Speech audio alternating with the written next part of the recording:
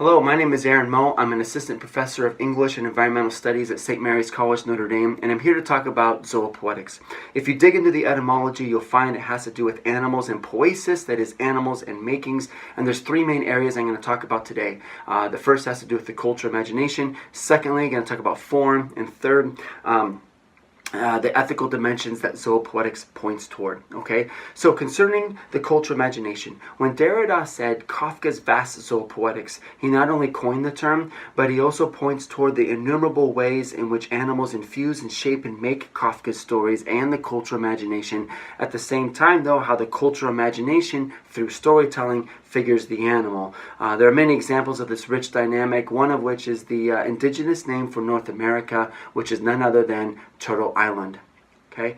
Concerning zoopoetics and form, I define form as a gestural energy, and one way to take a look at this dynamic is when and where species meet. So when Koshik, the captive elephant, stuck his trunk in his mouth and vocalized 5 Korean words, he experienced an innovation in that gestural energy moving through his body and the sounds his body could create through an attentiveness to the gestural energy manifested in human speech sounds. Okay, human poets too, like Koshik, will discover innovations in the forms of their poems through an attentiveness to that gestural energy of another species.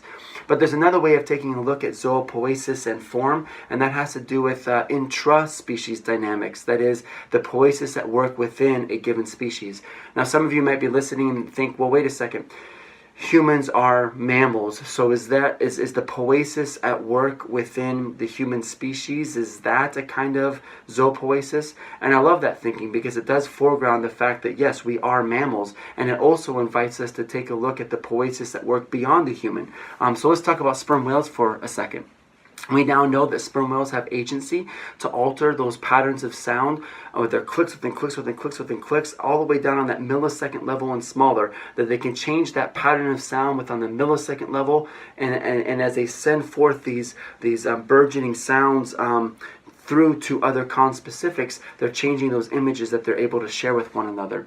Okay, and what I find fascinating about this is that this poiesis, this gestural energy coming forth through sound, is fractal. There's a self-similar pattern of clicks within clicks within clicks, and down at that millisecond level, there's complexity, and there's complexity across all scales. Okay, this is not unlike the human poem, right? Because there's this gestural energy involving sound that brings forth the form of the overall stanza, but within a stanza, we'll have a line, and within line there are phrases, and there's words, and within words there's syllables. And a poet with an auditory imagination is going to be working down on that micro level of sound, that cauldron of sound within the syllable. This is one reason why Emily Dickinson has said that there's an elemental freight in a delivered syllable. We might also say that there's an elemental freight within a delivered click within sperm whale poiesis. Okay, and I do see similarities between human poiesis and the poiesis of sperm whales, but there are also differences, and there are umvelts to consider and to respect. And this, you know, in Derrida, after talking about zoopoetics, he talks about how his project is not to erase the line or the limit between humans and other species, but to complicate that line, to fold it in on itself, to thicken it, to delinearize it, to make it divide and multiply until that limit becomes its own vast abyss. And I hope I've illustrated for you how a discussion of zoopoetics and both the cultural imagination as well as a discussion of the gestural energy involving form, how that contributes to creating a rich limit between humans and other species. But this brings us to the ethical dimensions that zoopoetics points toward, because we know that we're pushing sperm whales toward extinction. We know that we're pushing insects towards extinction through the use of pesticides.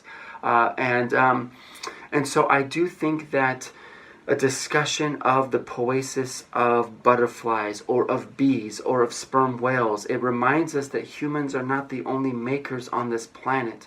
And I think that it can help develop an ethic of care, and it can enrich empathy and the empathetic imagination as we all try to find better ways of coexisting with other species on this shared planet.